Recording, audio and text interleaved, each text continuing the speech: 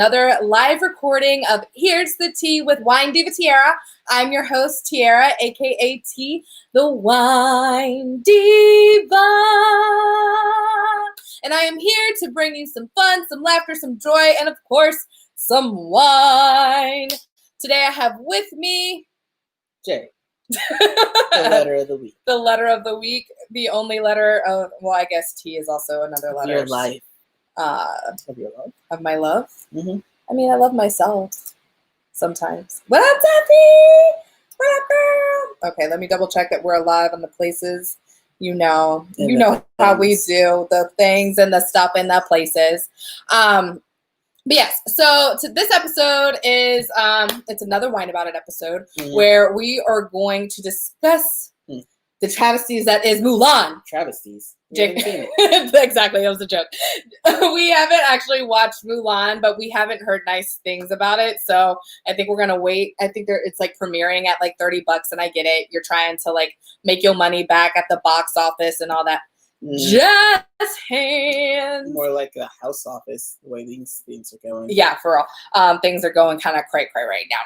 But I did want to point out a mistake that we made on the like last broadcast of Wine About It, because I've mentioned that oh my gosh, I can't remember her real name. The Calvary from Agents of S.H.I.E.L.D. And I like looked it up earlier today, and now I have to like re-look it up. But basically I made a statement that said that she was like the current Mulan. But yeah, I was gonna be surprised. She seemed a little I mean, she is still fire. I don't know what you're talking about. I didn't say she ain't fire, but she ain't Ming Na Wen. Yes. Oh, yeah. So she was the original voice of Mulan, not that she is currently Mulan. Fun facts. What's up, Lori? How are you? Yeah, as you tune in, say hi. How's it going? Let me know where you're tuning in from, what's going on in your world. So I did want to throw out that I did make a mistake. Leah Salonga that also is not like a part of the current casting or whatever, but she was the singer, yeah. She was the singing voice of Mulan in like what 98 when 98 when the original animated version came out. But the current cast is Yifi Lu, Donnie Yen, Li Gong, and Jet Li. Hey, so yeah, you can definitely check those out if you are checking Mulan. Let me know, have you watched Mulan? What did you think about it? And all that good stuff. But today's real topic is actually going to be not properly casting ethnic characters in movies, and like more going for like whoever is A-list, who's going to make the box office some money, and not actually casting culturally specifically. Oh, Jay's making faces. Did you not know that was Well, I was just thinking we should throw a wrench in your plans and start it off. No, I've planned things out, so you can't throw wrenches. This is my show. This is a good start. No. Anyways, I did want to pose a question because we're going to talk first, because of course it is Wine About It, and we have wine. So while we tell you what kind of wines we are currently drinking, I want you to let me know, what are some movies that you can think of where you felt like the cast. Maya says that she heard that Mulan does not have music. Yes. I am pretty sure that it is like very like more authentically made, as like, or like to fit more like real life, and so there's like no Mushu and all that jazz. But I want to see like, what are some movies that you can think of that you felt like the lead character or whoever was cast was actually more like for making money and like not culturally correct? Oh God. What do you want to say? What do you need to say, sir? How do you feel about Brandy's Cinderella? Brandy's Cinderella? I mean, Cinderella should not be... I mean... I liked that one because, I mean, that is a great example of like inviting like diversity. And I mean, you can also make the argument of like Hamilton, because like technically everybody in Hamilton... I mean, not everybody, but most of the characters, like Thomas Jefferson's white. We all know that, but that was more of an opportunity to, yeah, did you not know? Shock and awe. Just his son is black. he had sex with slaves. That it's a thing. A whole thing, you know, was it Patty? I can't remember her name. He had a whole relationship with one of his slaves. I don't know, I think I like that they mentioned it in Hamilton. Yeah, they did. Clever. He said, "Bring me a pen" and something. I don't know.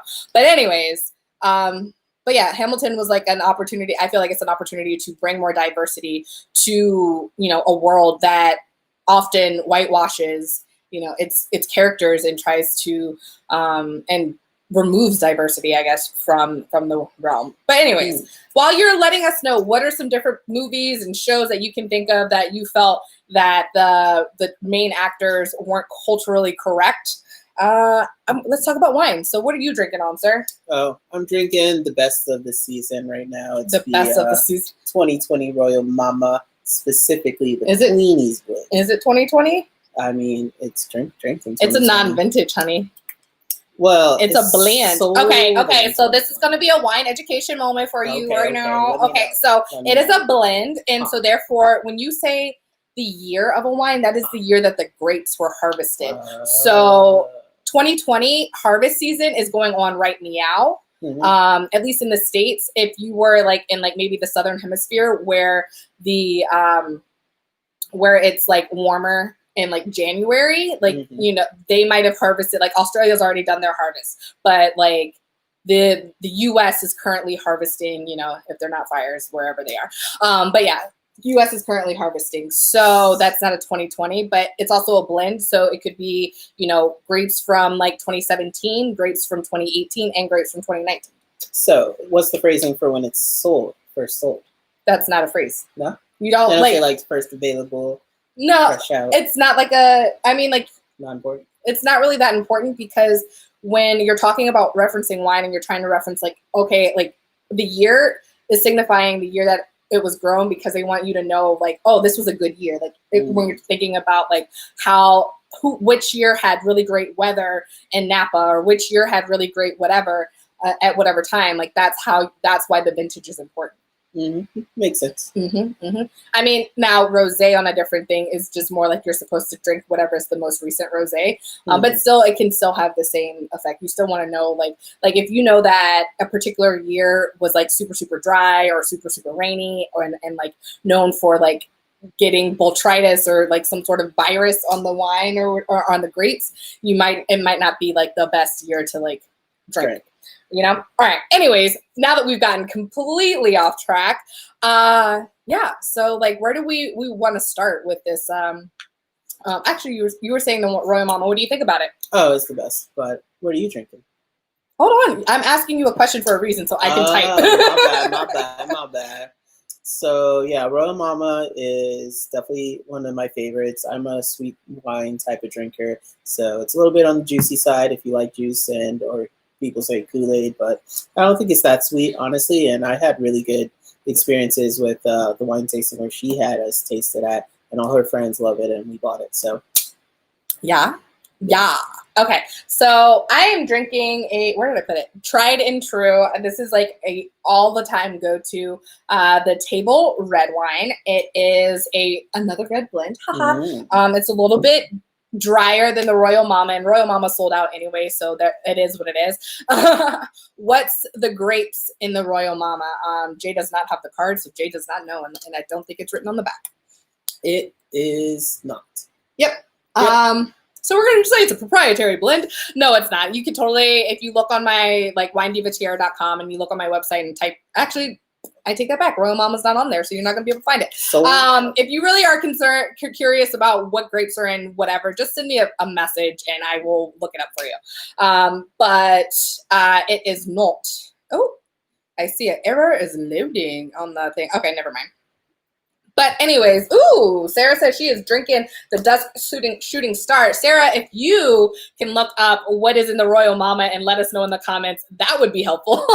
But yeah, so Jay is drinking a sweeter red blend. I am drinking I would say it's a great introductory into red wine, getting you into drier red wines. It's a great pizza. It's like an everyday drinking wine, and that's the Table Red. I love having it on hand. Go to for my like sangria. Go to for my mulled wine, and it's just a go-to if I want to drink a whole bottle in a night by myself. That's how I feel about that. All right, so back to the topic at hand. We are talking about what are we talking about, babe? We're talking about casting characters in movies and I don't want to say making sure, but instances where they may or may not be culturally appropriate. Oh, yes. Mhm. Honey. I like the way you put it, the way you said that. Oh, I like well, the way thank you worded it. No diggity. Okay,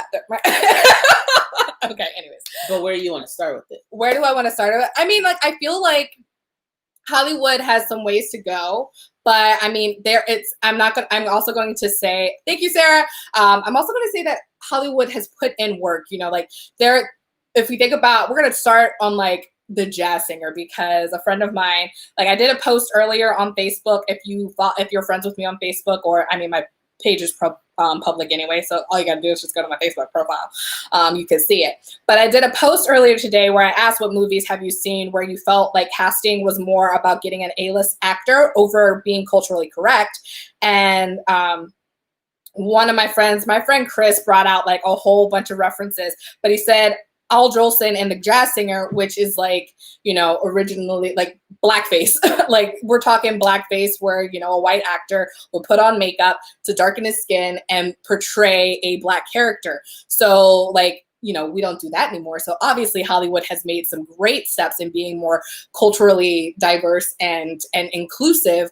But, you know, we all are growing, you know, in the world of like life, in the grand scheme of life. Like I myself have things that I need to work on and be more knowledgeable about. This post actually taught me some like thing. Like I was like, I haven't seen this movie. I didn't even realize this. And like whatever, like all the different points that my friends brought up, which I love. I'm super excited to like talk about these different things. But yeah, so do you have one that comes like immediately to mind when I told you this was the topic? Well, obviously. Obviously what? It's the movie that you have issues with when you watch. Can you guess what this is? When I watch? Yeah. What movie is it? Tropic Thunder. Well, I wrote that down. I feel like Tropic Thunder, it's a comedy and it's kind of making light of that situation. But I don't have an issue with that movie. You have issues like at the ridiculousness, not at the. I think that movie is just like so cheesy. It's and the fact that Tom Cruise is in that movie makes me laugh. Yeah, that's one of the most surprising blackface movie moments. It was good. It was all right. All right, going back to what's in Royal Mama, it is 55% Cabernet, then Zen, Petit Verdot, and Petit Syrah. I think that is so interesting because it is a sweeter style, but all of those like varietals are typically known as like drier varietals, but because you use like high quality grapes, when you use high quality grapes, you don't need to like, what's the word I'm looking for? Like ferment as long to get so much sugar, like to get so much alcohol, like to get the sugar. So like you can leave the sugar content higher and still have a high alcohol and a great quality wine. I feel like I've had a bunch of sweet wines that are Petit Syrahs, but this is primarily Cab, so yeah, that's surprising. I think you mean like just like a Petit. I don't think Petit Syrah. I would say maybe a Shiraz. Yeah, I'm thinking Shiraz. You're right. All right. Mm-hmm. All right. Mm-hmm. Which is also a little bit like it's got, and I wouldn't say it's sweet. It's jammy, like it's got more fruit flavor. So like sweetness is like on the tip of your tongue, and that's a whole nother conversation. I feel like that's like a live to do inside of Wine Diva's virtual tasting room, which if you're not a part of my Facebook group, you should be, because we hang out, we talk wine, we have a good time, and we're currently doing a giveaway, and you could earn $2,500 worth of products and fun stuff and like all sorts of goodies and like, you know, pamper yourself and all that good jazz. I like these like random moments. So first movie that was mentioned was a movie called Aloha. I feel like I might have heard of it, but I don't know. I've never seen it. Let me know. Have you seen this movie Aloha? And I was like, what's Aloha? And apparently Emma Stone. And goodbye. It is like this congeniality. So how do you how do you end a phone call in the middle in Hawaii? Like if you're supposed to say aloha to say hello, if you just say aloha again, don't they just start over? I'm pretty sure I butchered the quote, but still. Aloha. Aloha is Emma Stone. Yeah. Is the actress in Aloha, and she is allegedly a half Japanese and half Hawaiian local. And I guess her love interest is Bradley Cooper. So I just want to say this. While I have varying feelings on the topic, Emma Stone's definitely one of the people that should not whitewash any character. Should just do. Why that? Because like she can't be anything but her. Who I'm trying to Emma Stone. Yes, okay. I was like, what has she been in? That movie. La La Land. La La Land. Yes. Is that Emma Stone? Yes, and she can't sing. It's Is horrible. that? And Ryan Gosling. Oh, Ryan Gosling. He is, man. Hey, put that away. This is not the topic today. Man. Not the topic. Man. Easy A is what I was thinking about. Never saw. Never saw. She's like, it's like kind of like a modern day Scarlet Letter. Yeah, I heard. You know, yeah. I saw the preview, but yeah, it's Emma Stone and Bradley Cooper. It's a thing. It's a whatever. Okay. IMDb is my friend right now, friends. Like, it is a thing. So, other movies, or did you want to talk about Emma? We're not going to talk about Emma. All right. So, other references that people threw out there.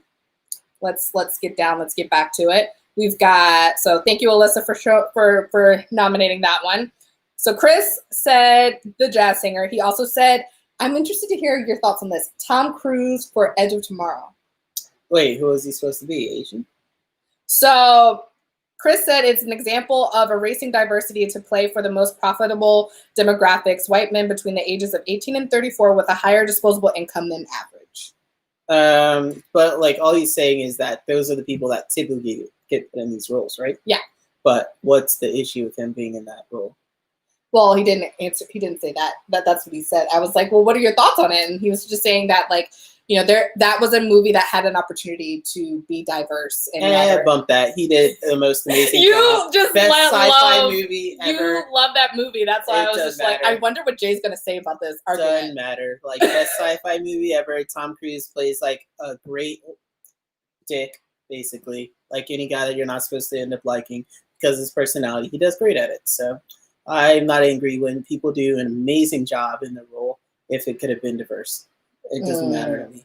Okay. Like, how are you going to argue about a masterpiece, you know? Like, and say it should have been more diverse? It's not part of the conversation, in my opinion. Okay. All right. And saying all of that, what are your thoughts on... We're gonna go away from Chris's comments for a second and go to another friend's comments. And let me. Oh my gosh, I can't. Oh, yeah. Anyways, we're gonna go slide on over to Jimmy's comment, and the number one thing he said was Mushu for Mulan. I was thinking about that. Bringing Mulan back. You said Mushu's not in. I was like, horrible. And then I was like, wait, could they have Eddie Murphy come back for the live action Mulan? How ridiculous would that be? And I'm not mad that they didn't bring him back, but like I said, how do you argue with the masterpiece? So it doesn't matter. So you were like, I was gonna say, so like, I mean, if you think about it, you know, Eddie Murphy, like Mushu, there are a lot of things. So I'm gonna say with Jimmy, Jimmy said, think about Chris Tucker's character, or not Chris Tucker, Chris Rock. Dang it, which Chris? But in Fifth Element, Chris Tucker's character and Rudy Rod, like. Who cares what race he was supposed to be? Come on. Killed it. Was that supposed to be? I'm just saying, like, it's another one of those things like sci-fi. You could have had some other race in there. Granted, black in this discussion is one of those races that's okay. In your sci-fi world, what if someone were to do Young Justice and cast Cyborg as like someone that's not black? I mean, all right. Am I being PC or honest? Say what you need to say. And why is that? Because there's no point in doing that other than to just pick.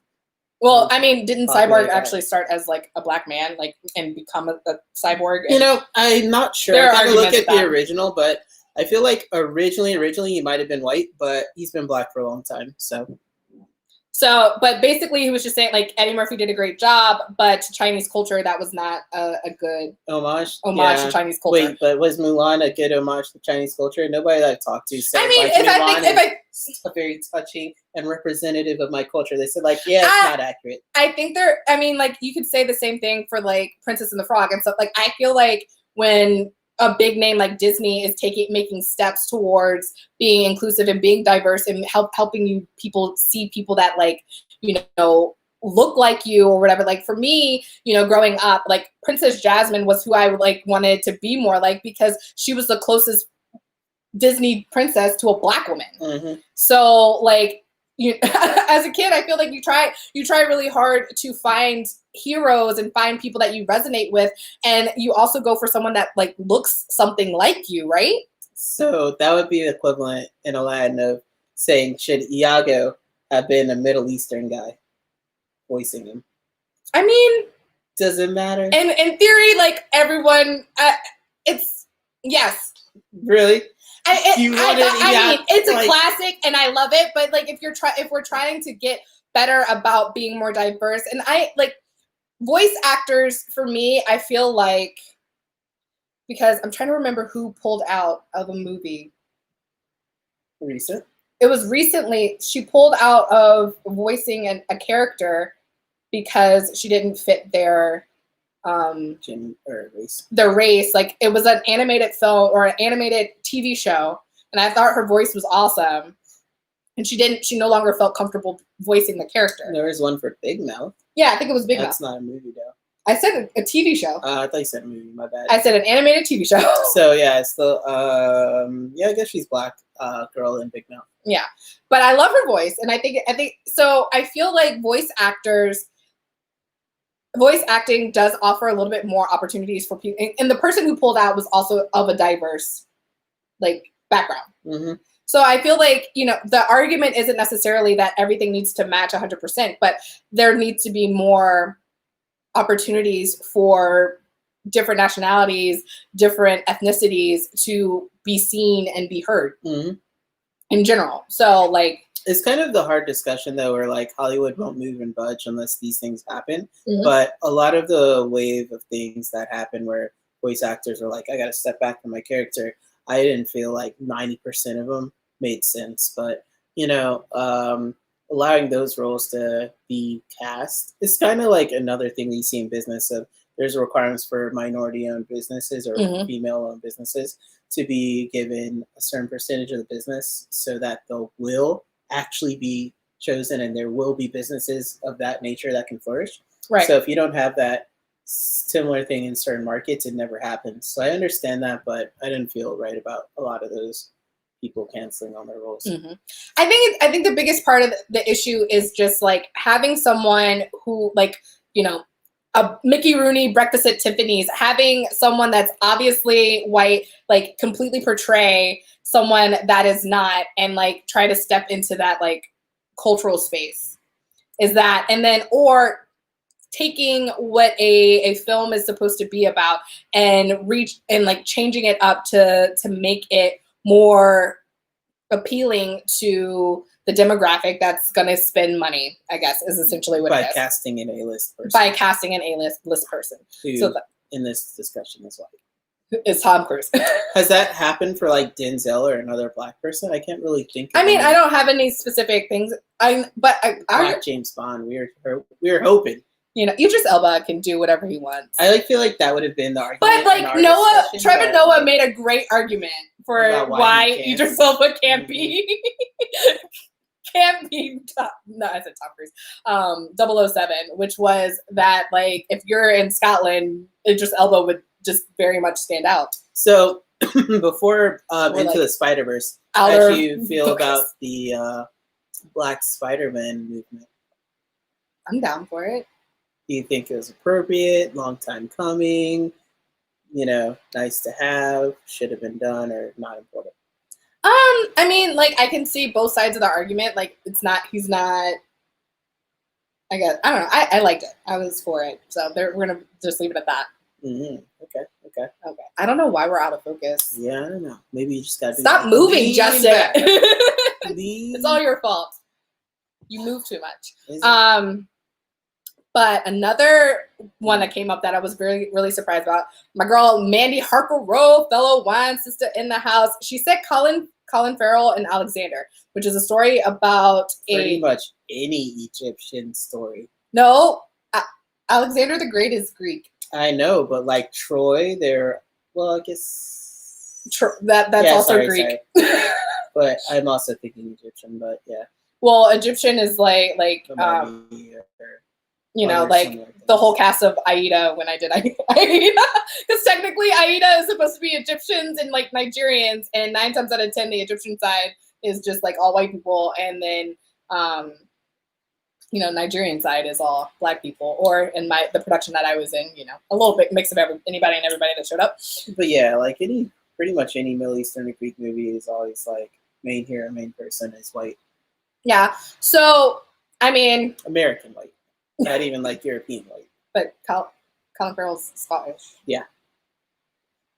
But my thought was when she brought that up, I was like, well, how do we feel about him playing Jesse James? Because like he was like I can't think of what movie. Bank robber. Like I think it was literally called Jesse James. Oh yeah. Like it's like set in the Old West. And I just when I was watching those movies, I kind of thought that like I was impressed by the fact that he can get rid of his accent so easily. Like I think there's something to be said about like if you're able to what? You're making faces at me. What? Say it. You're drinking away my wine. Mm-hmm. And I was gonna let you finish your thought. I mean, from an actor perspective, I think it's so amazing. Like when you can really tap into an accent or like relieve yourself of your accent and tap into a character. I think there's something like great to say about that. So like I didn't know because I remember watching that movie as a kid, and then like I finally see Colin Farrell in like an interview, and I've always thought that Colin Farrell is just like attractive. Let me know. What do you think? This is not part of this discussion. I was just like, he's hot, and so I have my own personal feelings about Colin Farrell. But I was like, oh wait, you are not an American. I did not know this. Yeah, I think everybody had that. Like, where are you from, sir? Understanding surprise moment about Colin Farrell. But I was gonna say, then on the reverse side, what about British people playing cowboys? I mean, American cowboys. I feel like it's appropriation. Is it? Because technically, America is British. Like, if we want to go that far back. Okay, I'm pretty sure there's a couple years between that and cowboys, but go ahead, go back. Like 200 years. Not even that long. Squish some hundreds of years in there. Yeah. Go ahead. Yeah. 1776. New York City. 1940s, 1930s. Cowboys were like the 1800s, so it's like 100 years. Yeah. 1870s, maybe. I don't know. I'm not good at history. History was a time. What up? Hey, Mimi. But how you feel about it? Is that part of this conversation, or is that not important? Tom Cruise's character name in which comic? Kaiji Kiria? Kiria. Must be Edge of Tomorrow. Edge of Tomorrow. Oh, well, boom. Yeah. Boom. Making arguments here. I'm sorry that happened for y'all, but it was who's perfection. Y'all? You just really. I mean, I think race. I think it's likely easy. Japanese that he should have been. Yeah, I think it's easy to get angry or like have like more visceral reaction about like casting when you have like you don't like the movie or it's like not that great of a movie or whatever. But like when you're like, I love it, then you kind of like can gloss over some of these things. Or I like it's The Last Samurai, another movie that everyone's like, it's an iconic movie, and he wasn't really the last samurai. If you look at the plot and you look at that is your argument. That's what you say, and I just don't care about that. Did you see the movie? I did when I was like, I don't know, he's not supposed to be Asian. I understand, but like the title is very misleading. Just like The Last of the Mohicans with Daniel Day-Lewis. If your title ends up telling something more about the story than it does about the A-list person they put on the poster, who cares? That's not important. It isn't. It's not something that we should address. But it's going back to the whole, like, we're going to give more clout to the person that's going to make sales rather than, like, amplifying the diversity, like, the diverse world that we're trying to build. But that's just marketing. Are we talking about marketing or cultural appropriation? Are we talking about marketing or cultural appropriation? Both. That is the name of the game. I think it's Sarah says that she thinks it's amazing how European actors seem to do an American accent so much better than vice versa. Yeah, that's so true. That is true. Holland. Tom Holland. You haven't seen that interview where he puts on his American accent? I love him so much. I just love people. Sometimes I also hate humans. Also. Oh wait, I want to bring it back. I feel like it's too big to talk about cultural appropriation and marketing at the same time. You gotta like break it up into what's your goal. So like if the goal is to give more diverse casts more options to be in those roles, that doesn't necessitate that they have to be the icon of the marketing campaign. Like they have to market the movie however they can, but if you give them a chance to shine, that's still good enough. I mean, but you can. Hamilton is a perfect example of giving, you know, a whole completely diverse cast a chance to shine. But the point is, without like having to have like this like the spokesperson or like this one person that stands like out against, you know, let's have this one white character and everybody else is black and like they get the sales. But like you can do it, but like it doesn't mean you have to do it that way. Mimi says she's thirsty. Get you some wine, girl. Or Aquaman. You know what? Jason Momoa can do a lot of different things. And that's a whole nother. See, we gotta lean back again. And I told you didn't come with me. See, look, now we're better. No, we're not. We're not at all better. What about Shakespeare culture bending like Lion King, which is Hamlet? I did a whole paper about that for a while. I was like, wait, is that the one that I'm allowed to say? Or all black stage productions of the Scottish play, amazing reimaginings. So like I am for, so when your argument is we're trying to create more diversity in a typically like whitewash, for lack of a better phrase, industry, I'm so for it, and Lion King is fire. I don't know. It was like my favorite Disney movie, and I have yet to see the Broadway production, but I love the soundtrack for the Broadway production of Lion King. But so I'm for like when it is of an artistic choice, like I am making a statement when I choose to do an all black casting or I choose to reimagine the original plot, you know, as long as you like pay homage to like the original plot and let people know. And I appreciate, so like Lion King is Hamlet, and then you got like Lion King 1.5, which is like Rosencrantz and Guildenstern are dead, and then you got Lion King 2, Simba's Pride, which is Romeo and Juliet, all Shakespeare. I mean, they put it all together, and I appreciate that. You know, my theater nerd coming out. All right, so what are we trying to say? Are we trying to talk about it, ask questions, or you like had some idea what we're going to? About? I was about cultural appropriation and knowledge. What were you trying? I feel like you had a statement you were trying to make, sir. I didn't really have a statement I was trying to make, but like if I would make a statement about it, I feel like in general I'm all for rooting for getting more diversity in cast. It's beautiful to see like even small things. Like I think dang it, I don't know his name, but Harold from Harold and Kumar was in Star Trek as a random Asian dude in a spot that we didn't have an Asian guy. And it was dope. It was cool to see him. Like, it was like, oh, he can make it in this role. He did a good job. It's like, it was nice. Like, those little things are what I really like to see. I like to see more, obviously, but I guess I don't get angry like other people get angry. But you don't get angry in general, Justin. For the most part, yeah. But like, you're a weirdo. You have no emotion. I'm happy. That's an emotion. Gosh. Yeah, you see a lot of people talk about it and say that Hollywood needs to do better, and Hollywood obviously needs to do better. But like, there also is tied so much to the like rote routine, just money making schemes that I don't expect them to do better. And then when things pop off and like, Hollywood did great, I feel like it's typically not Hollywood going all in on it. It's just like some production studio, some producer, somebody doing this one thing and it hit big. And everybody else is like, duh, you need to do that more. And then, but the rest of Hollywood doesn't really hear it like that. And I feel like kind of similar to that is Black Panther, huge success. But I'm just trying to get this. Is Hollywood really gonna take that and run with it?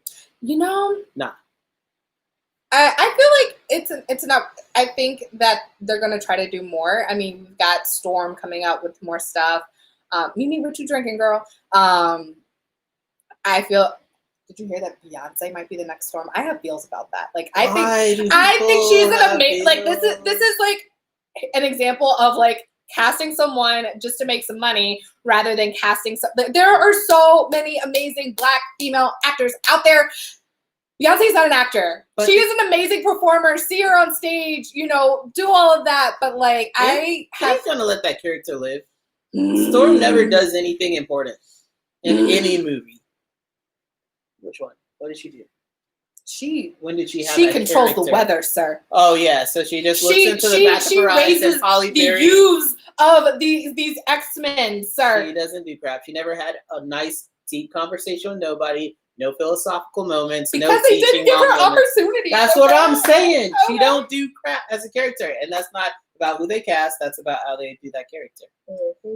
So some of these things is about how they do the character, not necessarily just. I'm just saying that there are so many other people to choose in terms of who can be Storm, and Beyonce is not who I would vote for. Fight me on it, whatever. If you've seen Carmen, you know she can sing, she can dance. Acting is not her forte.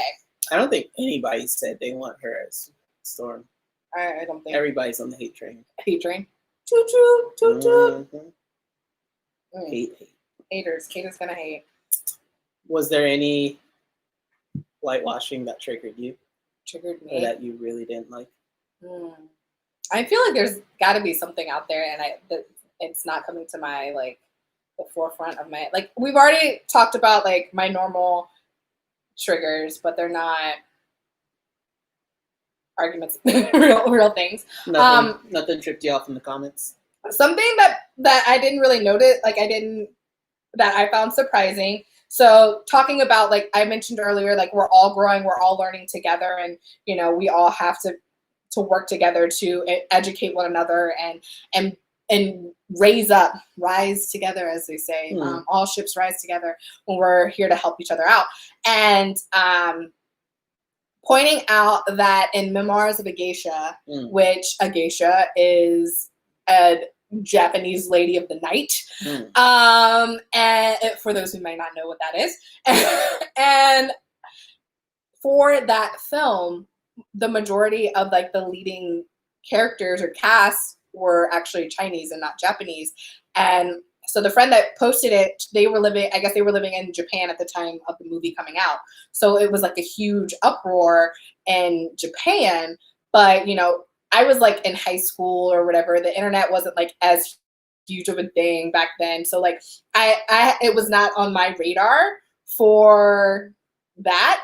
But I was just oh, that's a cool movie. And so I didn't notice, and I didn't know any better. So I feel it's a, we all can learn. I'll hit you with something that you didn't know. Hit me. Don't hit me. Black Panther, when they went to Korea to track Claw, the lady that was a mean old lady at the front of the nightclub, she wasn't Korean. And so there's a whole string of interviews about Korean people interviewing Korean people about that part of the movie, and oh, it's great, they're going to Korea, and then they see her she can't speak Korean. What is this? Oh no! Well, I mean, going back to that. If you want to go back to Black Panther, there's so many stand-up comedians that talk about how the Wakanda, the Wakanda language is based off of the clicking language, and oh man, I'm gonna say the wrong country. We're just gonna say, huh? I think it's Tosa or something. Tosa. Yeah, it's supposed to be based off of Tosa. And, there's a couple of stand-ups that I've been hearing where they're they messed that up. That's not how it's supposed to sound. And, so there are moments. It clicked when they should have. It did not click.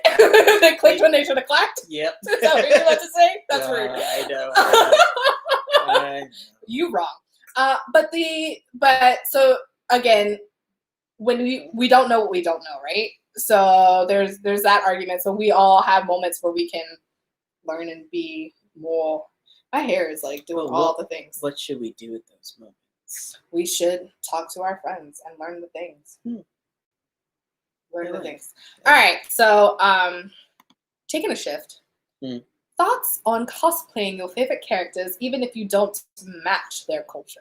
Do you do it right or do it funny? Mm. What do you mean? Do you do the best you can? Mm-hmm. Do it right.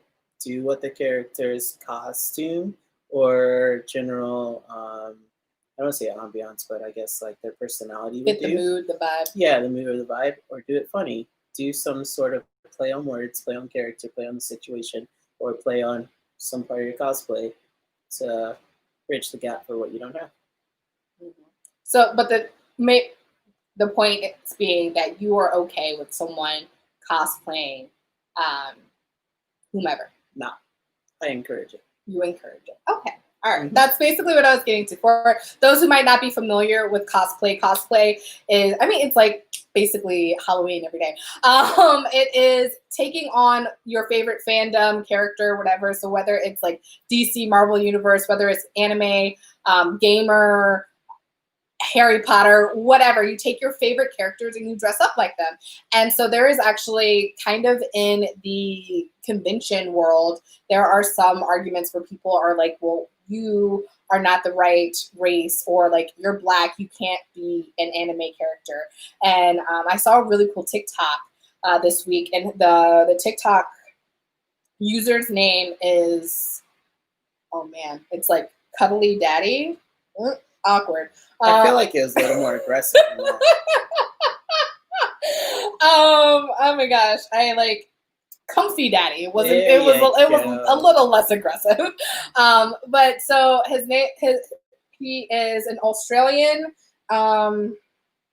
He's an Asian man in Australia, and he did a conversation about like basically saying that like it's okay to dress up as any of your favorite characters. And he was talking about how actually when you look at anime, unless they specifically say like, you know, this guy's Korean or this guy's Japanese or this person's whatever, like it's actually supposed to, it's the race is called Museki, meaning that it's like a non-race. Like it's just, they are, because the production company is based in Japan and you know, it's written in Japanese, and Japan is like a pretty homogenous society, kind of like everybody is like the same cultural background and not quite a melting pot like the US.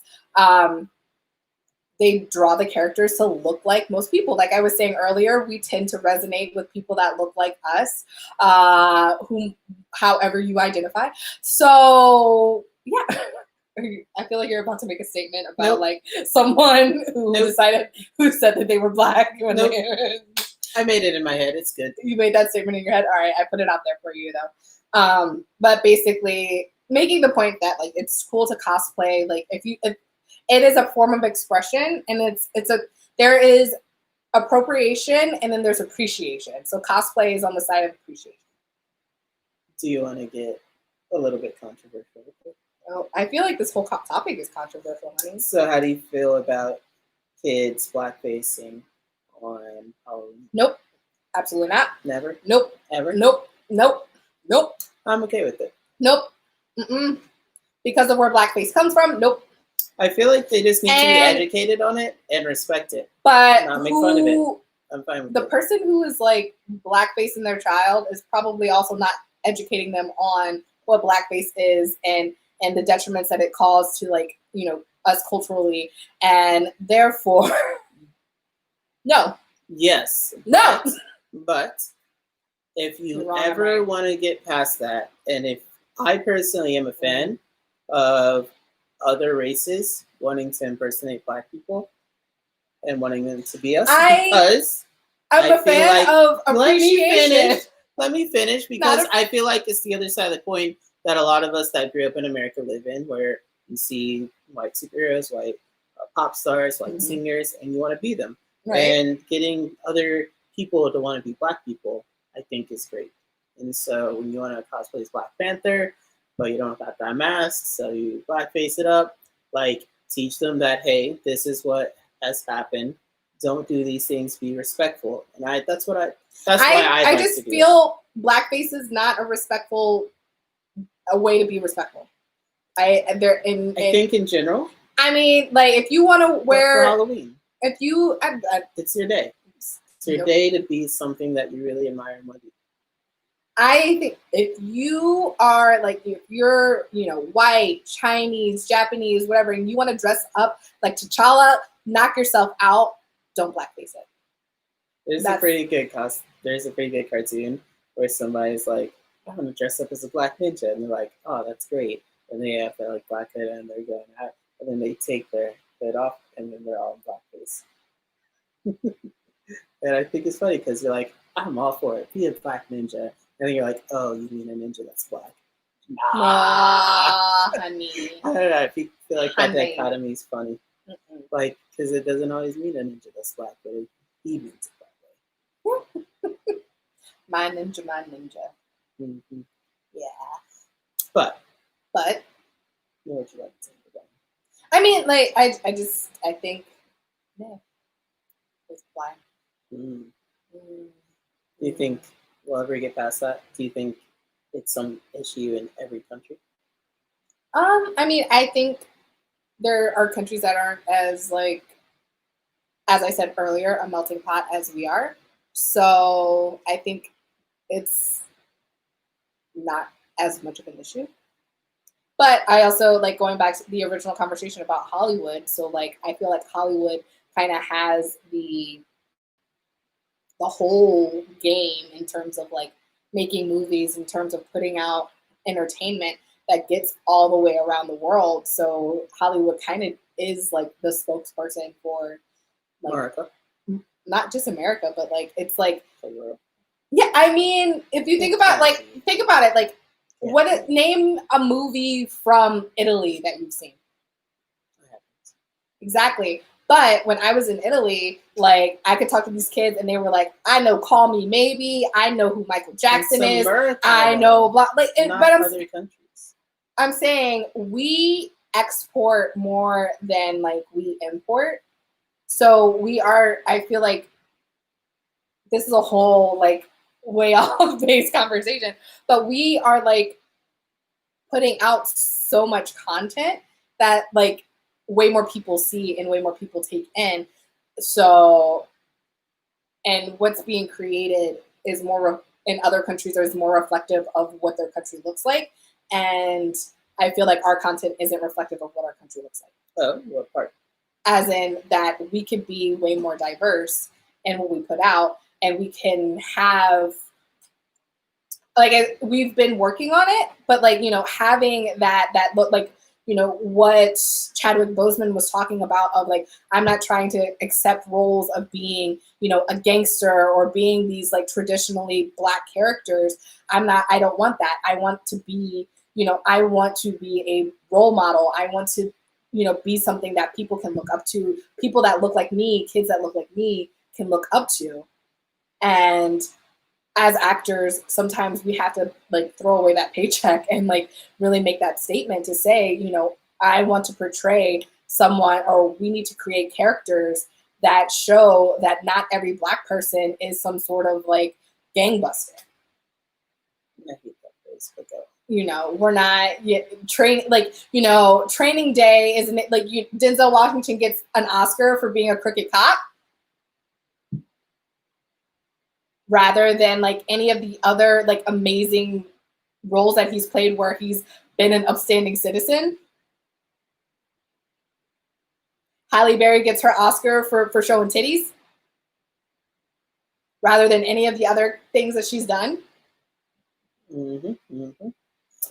I feel like I agree with you, but Hollywood being a spokesperson for the world, no, I'm not on it. Not on it. I'm saying that not spokesperson, but, like, the content that is put out is seen worldwide, whereas we don't import content like we export content. And so as the, like, power player in content creation, it is a responsibility to be inclusive and to show that, like, we have, like, different cultures can be more than what a stereotype is. Like, if you think about it, like, if you go to a country where, where Black people aren't a thing, and they're only, like, connection to a Black person is watching a bunch of movies that they've seen imported from the US, and what they've seen it portrayed is like, all the women get pregnant in high school and got like 6 kids, and everybody's got baby mama drama and baby daddy drama, and like men beat the women and all this kind of stuff. What is their expectation of when they finally meet someone of color?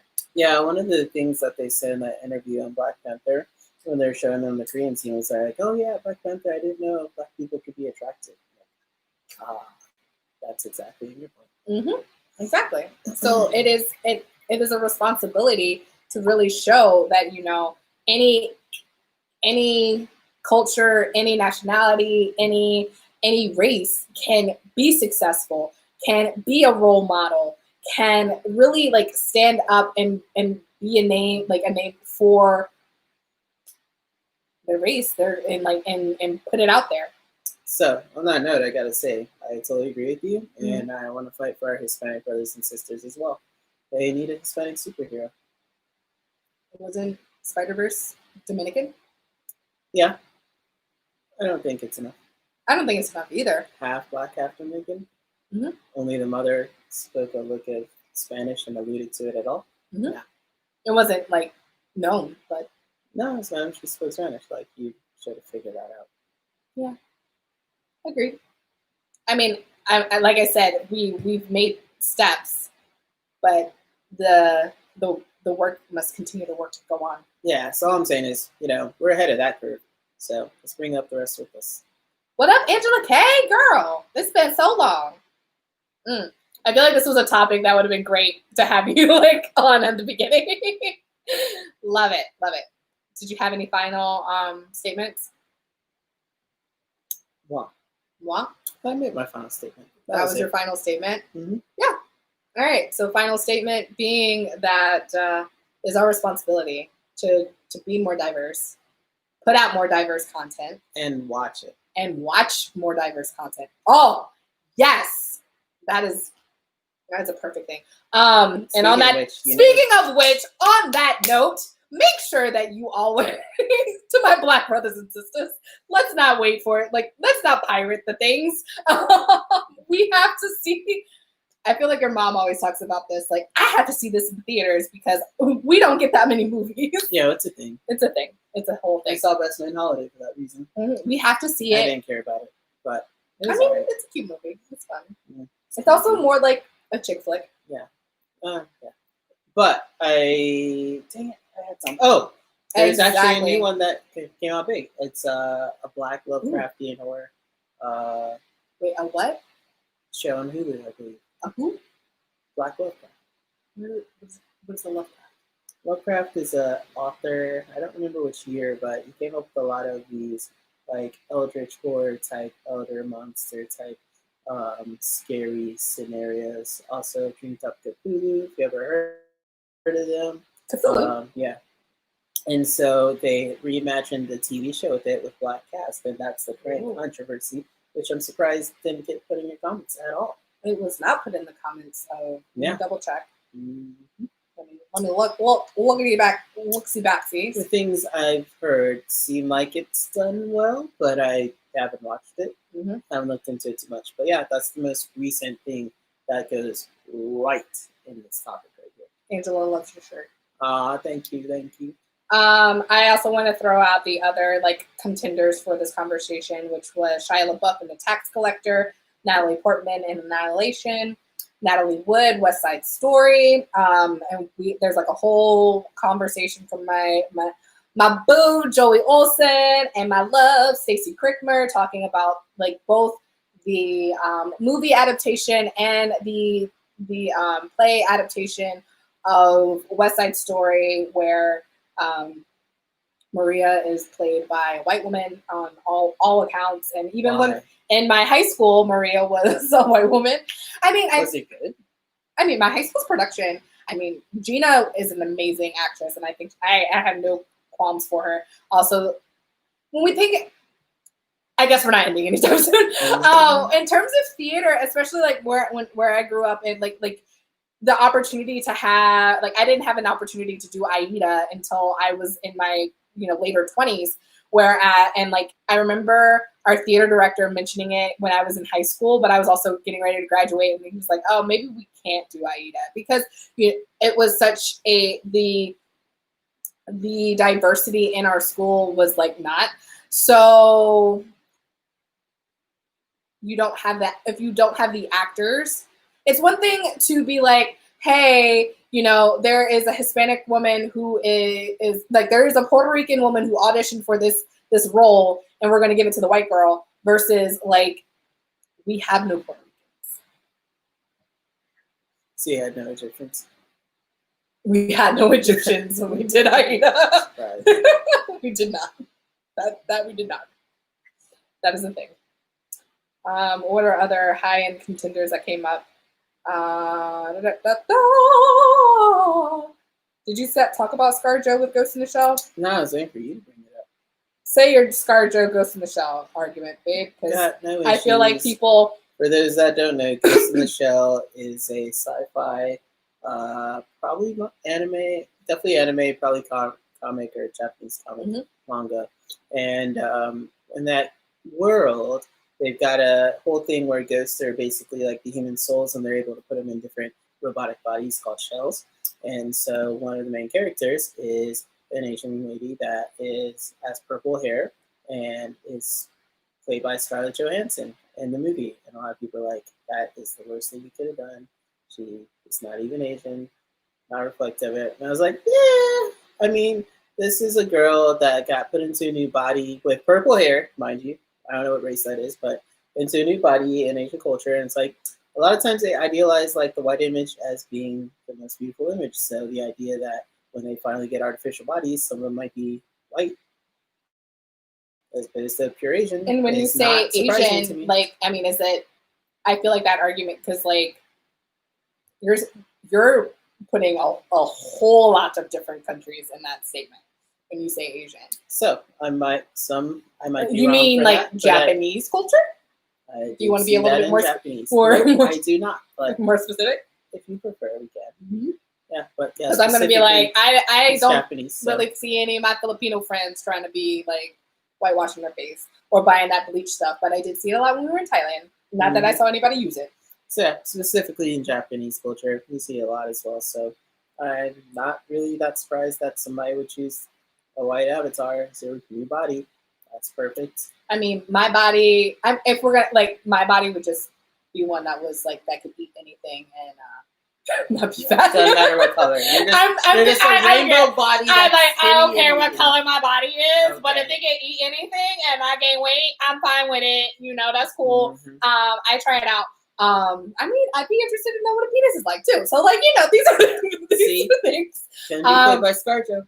And I'm thinking of what's that movie where you like, I don't know, you have like a soul, your soul can move, or it's not a movie, it's a TV show. I only watched the first season. What do they do? The guy was like Asian in the beginning, and then he was like white, and then he was like something else. I know what you're talking about. But like the point of the whole series, then like his girl that you're gleaming from it are so far off. It's altered carbon. There we go. Dude, like literally in one episode changed races, never changed the whole rest. But the girl changed races, like she was black and then she was white. It's more like different people got put in her body. Anime says they do sell it in the Philippines. That the skin lightening. It's a pretty common thing where the lighter race or the lighter people of that race and culture are considered more attractive. I mean, it's considered, but that there's the rub from the crux of this conversation. What are we rubbing? What are we cruxing? If the media didn't portray more like lighter ethnicity, like it didn't make it such a thing that like it is better to be white or light. It comes from slavery. People got into that stuff before. I mean, I get it. But it comes from like the 1700s and the like pre-antebellum South, like light-skinned black people thinking that they're better than like darker-skinned black. Like there's we got a lot to work on in like society as a whole. But mentality, like mindsets, all sorts of things. Other movies to like highlight that people brought up was This one I had no idea, and I only saw the movie once, so there's that too. But Jake Gyllenhaal, Brokeback Mountain, he was supposed to be Latino. I had no idea. We're gonna like die on the Instagram side of things. So cheers to Instagram. Thanks for watching. How many more movies you got? How many more movies we got? We've already talked about Maria, both Broadway, both film. Jake Gyllenhaal, Prince of Persia. Don't remember if I saw that, but another one of those movies that the title of this movie sounds like they're doing something wrong. Johnny Depp in The Lone Ranger. Did you see that? Mm-mm. But it sounds like a thing. They cast him as the Indian dude. Stop it! How did you not hear about? Stop it! No! How did you not hear about Hollywood? Stop! But Johnny Depp's weird enough to pull it off. Oh, He can be my Captain Jack Sparrow any day of the week, but really? No. Wow. This is the tale of Captain Jack Sparrow. Anyways, you're gonna typecast him. Typecast him as. I'm sorry, I don't know what it is about Johnny Depp. I find him in like his normal, like his like everyday, real life, walking down the street look not attractive. Him as Jack Sparrow, I'm like, yes, you is fine. You can get it. You know, this is still not part of the conversation. Well, that was the question you asked, is it not? What did you ask? I asked you go to typecast him. Not when is he attractive. Yes, I'm gonna typecast him as a dude with long, dirty hair, like looking like a dirty boy with eyeliner. That's my typecast for Johnny Depp for all things. Mm-hmm. You know, Edward Scissorhands, I would not call that attractive. But like so Crybaby, out of it. Crybaby, like he had some eyeliner, a little bit more. Yeah, that's like that is out of your wheelhouse, my friend. Mm-hmm. He sings? And that's a question.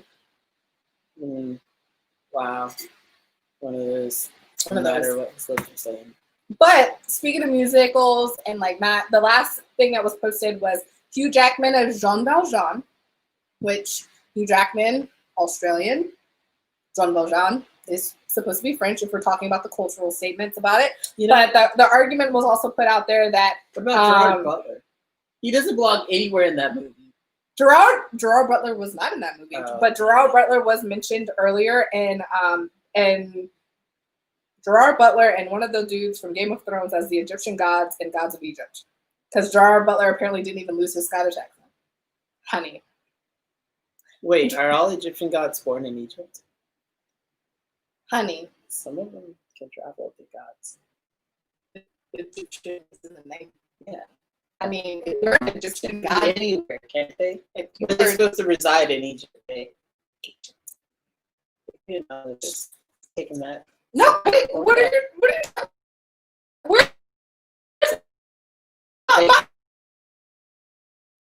I'm like, you don't know where Egypt is in Africa. Yes. Greece is in Europe. You said Egypt is in Greece. No. No. I'm saying that they could have traveled to Greece. And everybody could have held up in Greece, all the gods. Each different area. We're not talking about Olympus, which is in the sky. Where? Where are we talking? We were talking about Egyptian people, so we're played by a Scottish man. Where did the Egyptian gods reside? Egypt. Where? And I don't know, Egypt, Cairo. I'm just throwing out the only. You don't even know because they might not even be there. That's what I'm saying. They could be making long distance calls that whole movie. You don't know. Have you seen the movie? No. Exactly. Stop talking. Have you seen the movie? No. That's why I'm not making statements about something that I don't know nothing about. I'm just saying they could be. You make arguments about something that you don't know nothing about. Anyways, so Hugh Jackman, Jean Valjean also can't hit no tenor notes. It was stated Nick Jonas as Marius. That was a thing, and then they just did not do well against the real singers, which was the argument for them, as well as not being French. Honey. Long story short, can't trust American adaptations. I mean, How many think Romeo and Juliets did they do? If we're Were going they black in to any of them? talk about, I mean, I was. was black in Romeo and Juliet. Oh, I was talking about Hollywood wise, but go on. I mean, Baz No, Luhrmann. it wasn't Idris Elba. Romeo and Juliet. That's Leonardo DiCaprio and Claire Danes That's not what I was talking and John Leguizamo. Ooh, I didn't like And But oh I was man, I talking- can't think of his name, but there was a black man as Mercutio. If we're gonna talk about Baz Luhrmann's Romeo plus Juliet. It's not about Denzel. Hmm? Denzel. What about Denzel? Oh, are you talking about Much Ado About Nothing? Pretty sure he was in Romeo and Juliet. No. Really? He wasn't in any of them? He was in Much Ado About Nothing, Mm, and he was the prince. Who was that? You do that. Mm-hmm. You do that. Let's play a game where who knows Shakespeare movies more?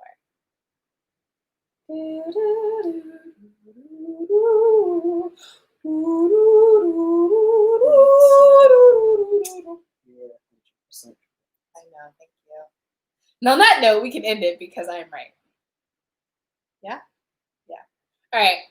That is the end of this week's Whine About It. If you have anything else that you would like to whine about, talk about, you think that we need to address, speak about, you really have something on your heart, your chest that you need to get out to the world, let us know in the comments section. Thank you so much for watching, listening, participating in the fun.